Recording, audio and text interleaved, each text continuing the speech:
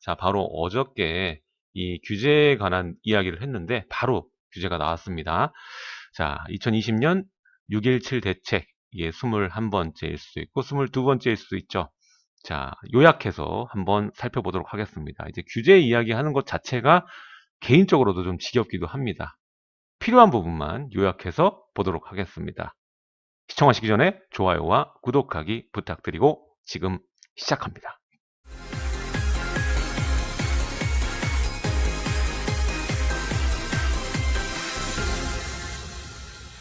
자, 오늘 정책 내용 빠르고 간단하게 하겠습니다. 월요일날 확정된 거 없다고 하더니 수요일날 바로 발표하는 거는 뭐고, 또 이게 미리 노출되는 건 뭐고, 참 웃깁니다. 자, 일단은 이게 큰 꼭지거든요. 6개 나와 있는데, 비규제 지역에 집중되는 투기 수요 유입을 차단하기 위해서 이 조정 대상 지역 투기과열지구 지정이 있었다.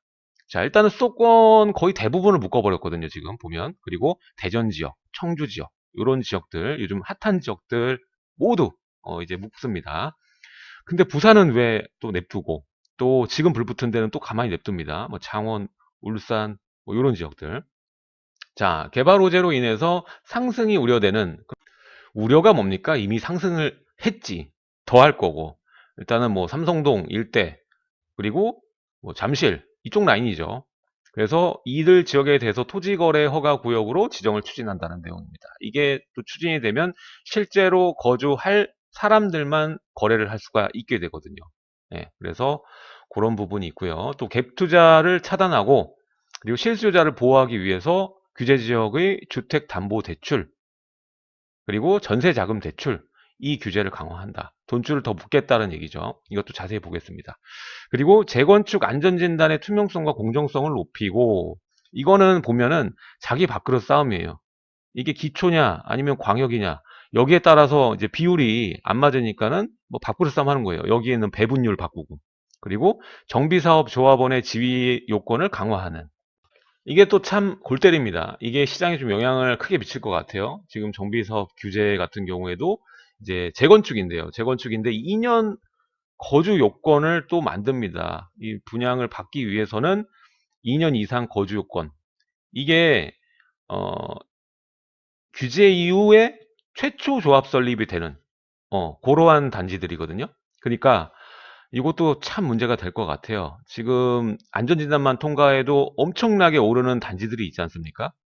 근데 여기에 투자해서 입주권을 받기 위해서는 2년을 거주를 해야 돼. 몸테크를 무조건 해야 되는 겁니다. 이제 돈이 많아도 여기에 입주권을 받고 싶다. 그럼 몸테크 해야 되는 거지. 예, 이렇게 바꾸는 내용이고, 그리고 주택 매매 임대사업자, 특히 뭐 법인 얘기죠. 이 주택담보 레버리지를 활용한 투자 요인을 억제하고 과세 체계를 정비하기 위해 법인을 통한 세금 회피 차단.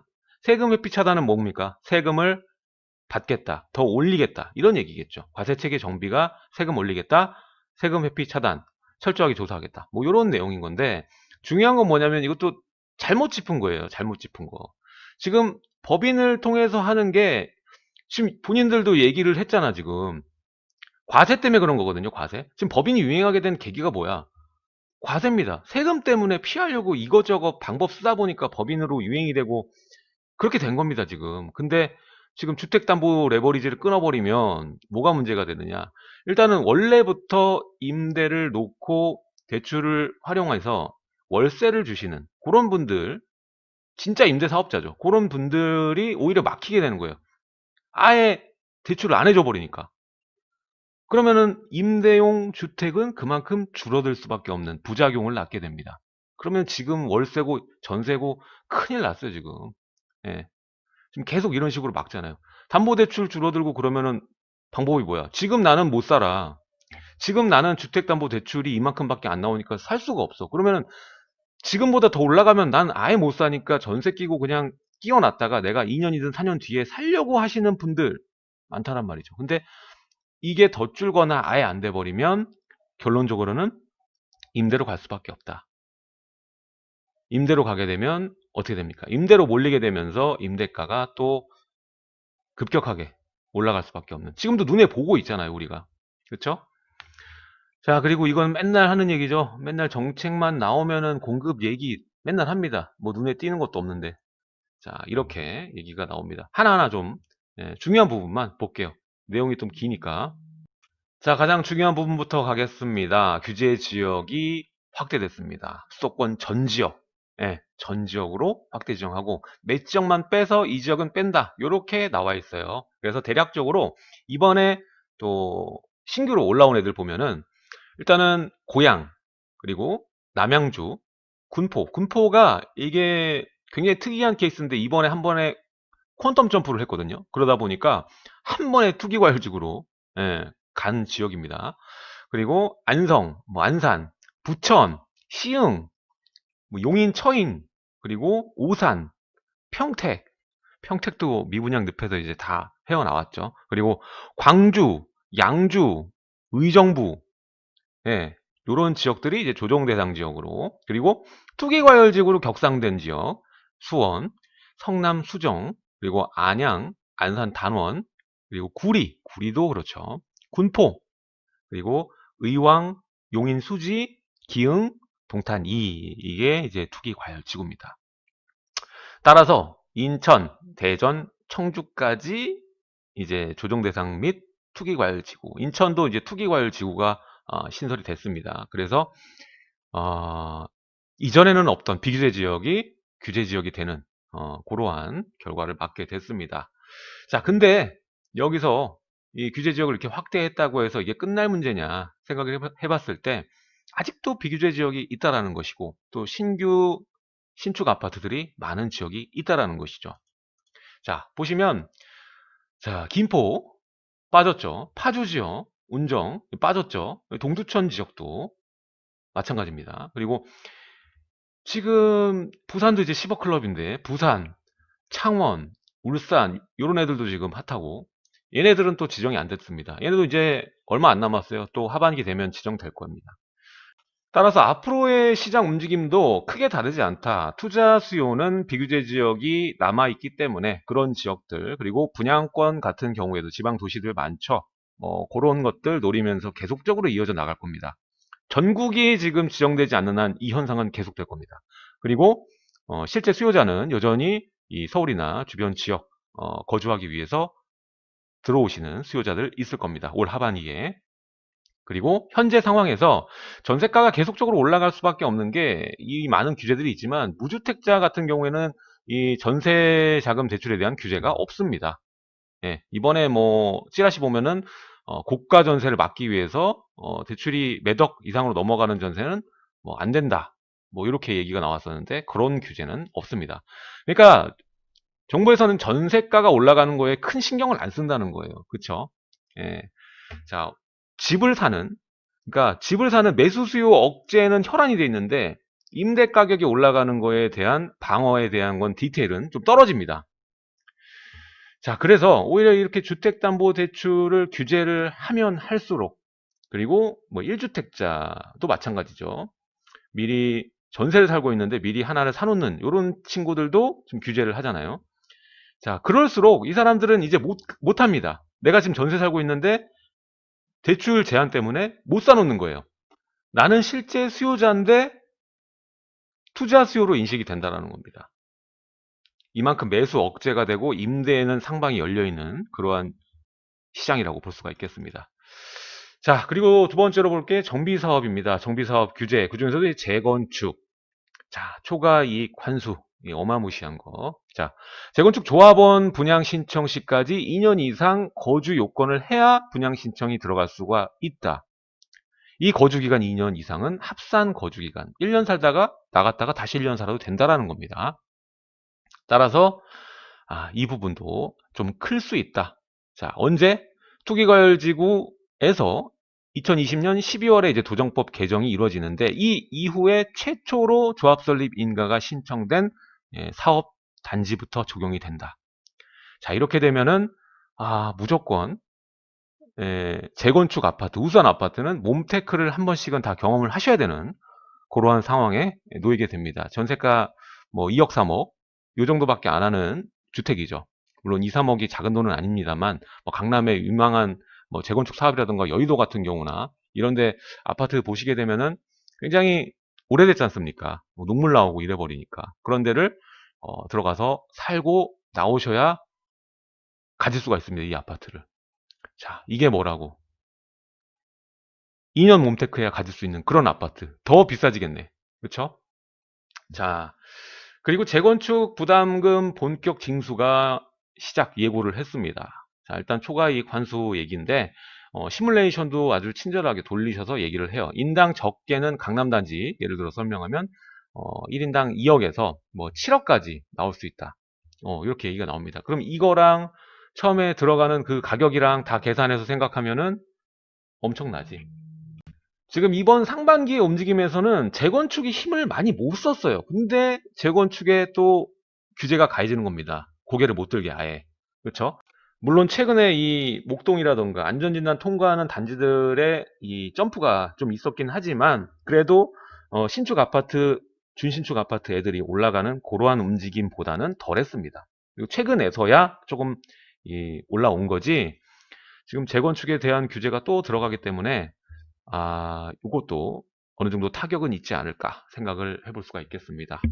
자, 다음은 법인 규제입니다. 법인 너무 늦은 감이 없지 않아 있죠. 이거 진즉했어야 되는 거 지금 이제 하는 건데 이미 살 사람은 다 샀는데 그렇죠?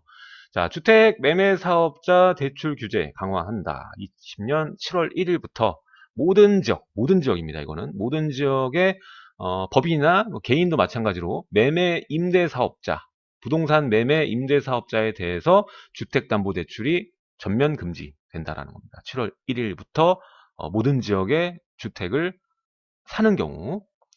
자, 근데 문제는 뭐냐면 실제로 법인 통한 투자는 아까도 말했지만 이제 과세 피하려고 세금 줄이려고 지금 여러 방법을 쓰다가 법인을 통해서 이제 비규제 지역 투자를 하는 거지 않습니까? 법인도 뭐 한 개가 아니라 두 개, 세 개 사가지고 하시는 분들도 있었거든요. 근데 이들이 하는 행위는 이 대출을 받고 하는 게 아니라 거의 이제 전세 껴놓고 사는 갭 투자 형식을 선호를 했습니다. 그래서 문제가 될 수 있는 게 뭐냐면 어떤 규제든 작용점이 있으면 부작용이 있죠. 자, 원래 이 부동산 매매 임대 사업자는 뭡니까? 임대주택을 매입을 해서 임대로 풀는 그런 공급자 역할을 하는 거거든요. 생산자 역할. 근데 이렇게 주택담보대출이 전면 금지되면은 이 사람들이 이제 생돈을 주고 월세를 받는 건데 그렇게 할 사람이 얼마나 되겠습니까? 그렇죠? 이게 법인까지 내면서 임대사업을 하시는 경우는 한두 채가 아니라 여러 채를 운용하시는 분이 많죠. 그렇죠? 그런 경우에 당연히 주택담보대출이 싹 다 들어가는데 이게 전면 금지되면 이들이 추가적으로 계속적으로 임대용 주택을 공급을 하는데 제한점이 생기지 않겠습니까? 자, 임대소득을 얻기 위한 실제 임대사업자들이 감소하는 부작용을 받게 될 수 있다. 자, 그리고 또 하나는 이제 법인의 보유주택의 종부세율을 인상하는 부분입니다. 이게 바로 21년 부가분부터는 법인 보유주택의 종부세율도 인상된다. 요거를 알고 계셔야 되고. 지금 법인에 대해서는 또 두 페이지가 나옵니다. 그리고 과표 산정할 때 우리가 이 공제를 하는데, 이 공제도 폐지한다. 얘기가 나옵니다. 그리고 법인으로 신규 취득하는 임대주택 경우에 종부세 합산 과세, 그리고 부동산 매매업 관리 강화, 그리고 모든 법인 거래 자금 조달 계획서 제출 의무화. 그러니까 모든 거래 자금 조달 계획서를 제출을 의무화. 그러니까 나머지는 제가 법인에 대해서 한 편을 다룰 테니까 나중에 얘기하고 너무 깁니다. 그러니까 지금 여기서 여러분들이 아셔야 될 거는 이제 법인을 통해서 거래하면 무조건 자금 조달 계획서를 써야 된다. 그리고 두 번째가 전면 이제 주담대 안 나온다. 그리고 세금이 올라간다. 이 세 가지만 알고 계시면 돼요. 이제 법인 재미없다. 이 정도만 알고 계시면 됩니다. 자, 그래서 이제 개인으로 넘어와서 자금 조달 계획서도 강화가 되거든요. 자, 기존에서 바뀌었습니다. 이제 투기과열지구 조정대상 지역 내 주택 거래할 때 원래 이제 3억 넘어가면은 자금 조달 계획서 의무잖아요. 근데 이게 가액 상관없이 이제 뭐 100만 원짜리 사더라도 100만 원짜리 주택이 없지만 100만 원짜리 사더라도 무조건 제출을 해야 됩니다. 근데 이게 나오는 게 9월 정도로 9월부터로 이렇게 얘기를 했습니다. 그러니까 예상되는 시기입니다. 근데 문제가 뭐냐면 이렇게 지금 당장이 아니잖아요. 그러면 이전에 사려는 분이 엄청 많을 거야. 왜냐면 이 자금조달 계획서 자체가 굉장히 까다롭게 바뀌었기 때문에, 특히 증빙 자료를 첨부하는 경우 엄청 빡셉니다. 뭐 집 사는 게 너무 어려워요, 지금. 예, 그렇기 때문에 이전에 무조건 도장 들고 달려가는 분이 많을 거라고 예상이 됩니다. 자, 똑같이 이제 투기과열지구내 주택거래 신고 시 거래 가액 상관없이 이제 항목별 증빙 자료 첨부. 예, 9월 예상. 예, 이것도 9월 예상. 지금 빨리 사라고 부추기는 건가 제가 점점 해놨는데, 실제로 이거가 귀찮은 일이기도 하고 좀 의식이 많이 되는 부분이기도 하기 때문에 많이들 이전에 거래를 하시려고 하시는 수요가 있지 않을까라는 생각이 듭니다. 자, 정리해서 보면은 이게 차이가 있죠. 지금 위에 자금 조달 계획서를 내는 거는 투기과열지구 조정대상 지역 내에 있는 주택거래시, 그리고 증빙자료는 투기과열지구. 그쵸? 이전에 투기과열지구 9억 넘어가는 주택인데 이제는 가액 상관없이 증빙자료 무조건 서울에 하면은 다 내, 이겁니다. 자, 이것도 알아두셔야 될 부분이고요. 중요한 부분이죠. 빡셉니다. 자, 두 번째는 이제 주택담보대출 규제입니다. 이제 집 살 때 너무 힘들어요. 돈을 안 해주니까. 자, 무주택자의 경우에는 전 규제 지역입니다. 규제가 있는 모든 지역들. 거기에 주택을 구입할 때는 대출 받는 경우 주택의 가격 상관없이 6개월 이내에서 무조건 이사를 가서 전입을 하셔야 돼요. 이게 의무사항입니다. 의무사항. 무조건 대출 받으면 6개월 이내에 들어가 살아, 이거고요. 1주택자 갈아타기 뭐 이런 거죠. 전 규제 지역 내에 주택을 구입할 때 대출 받는 경우에는 6개월 내에 기존 주택을 처분하고, 원래 1년이었잖아요. 그거를 6개월로 바꿉니다. 더 갈아 넣는 거예요. 6개월 내에 기존 주택 처분, 그리고 신규 주택 전입. 자, 이게 7월 1일부터 대출 신청분입니다. 7월 1일부터. 그러니까 이것도 좀 달려가는 그런 분이 생길 것 같아요. 그쵸? 달려가는 분이 생길 것 같아요. 그리고 또 하나가 이제 보금자리론. 이게 금리가 좀 저렴하고 하다 보니까 많이들 쓰시는데, 예, 보금자리론을 쓸 경우 6개월이 아니라 3개월 내 전입을 하셔야 돼요. 그리고 1년 이상 실거주를 해줘야 됩니다. 보금자리론 저렴하니까, 예, 이것도 인지를 해 두셔야 될 것 같아요. 이제는 머리가 나쁜 부동산을 할 수가 없습니다. 자, 그리고 전세자금 대출 규제가 사실 규칙화 주목됐는데, 저도 많이 이게 있으면 타격이 좀 가겠다 생각했는데 생각보다는 그냥 덜했던 것 같아요. 그래도 굉장히 이제 보증 한도가 제한이 됩니다. 예, 이제는 주택이 있으신 분들은 힘들게 됐어요. 갈아타기 할 사람들은 그냥 이사 가지 말고 살아야 되게 생겼습니다. 자, 투기 지역에 투기과열지구 내 시가 3억 원 초과하는 아파트를, 시가는 이제 KB 시세나 보시면 되는데, 초과하는 아파트를 신규 구입하는 경우 3억입니다. 그런 경우에 이제 전세 대출 보증이 제한이 됩니다. 네, 대출이 안 되는 거예요. 자, 원래는 이제 9억 기준이었잖아요. 근데 이제 3억. 네. 그리고 주택도시보증공사 대출의 보증 한도도 축소된다. 자, 1주택자 대상으로 했던 보증 한도 2억 원으로 인하가 됩니다. 이제 2억 밖에는 못 빌리는 겁니다. 1주택자는. 그쵸? 이것도 여러분들이 알고 계셔야 되는 부분입니다. 그래서 어떻게 보면은 이게 지금 즉시 시행이 없어요, 지금. 뭐 9월, 뭐 7월, 뭐 이렇거든요. 그러니까, 이게 좀 걱정되는 부분입니다. 자, 이렇게 여러 가지 내용이 있지만 꼭 필요한 부분만 이야기를 해드렸습니다. 자, 여러분들이 알고 계셔야 되는 이제 포인트가, 이제 규제 지역이 확대됐다. 근데 아직 비규제 지역이 있고 그 중에서 또 움직임이 아직 있는 애들이 있으니까 거기에 또 수요자들이 몰리지 않을까, 이러한 우려를 해볼 수가 있고요. 예, 두 번째로는 아까도 말했지만 이 재건축에 대한 규제가 또 강화되면서 여기가 어느 정도 데미지가 줄지, 요거가 또 귀추가 주목되는 상황이고요. 그리고 법인에 대한 규제가 들어갔다. 세금 올라가게끔 만들고, 그리고 주택담보대출 아예 안 되게 막아버리고, 예, 법인으로 이제 재미가 없다. 그리고 세 번째로는 이 전세자금 대출과 이제 주택담보대출에 대한, 이제는 대출을 받으면 6개월 이내 무조건 들어가. 1주택자야? 6개월 내에 기존 주택 팔고 들어가. 사실 6개월 내에 팔고 사고 하기가 굉장히 어렵거든요. 괜히 처음에 최초로 이게 나왔을 때 뭐 3년의 기간을 준 게 아닙니다. 3년이 2년으로 줄고 1년으로 줄고 6개월로 줄고 이게 뭡니까 지금. 자, 이렇게 많이 어렵고 새로운 것들이 많습니다. 여러분들이 꼭 아셔야 되는 부분이고 모르면 당할 수밖에 없습니다.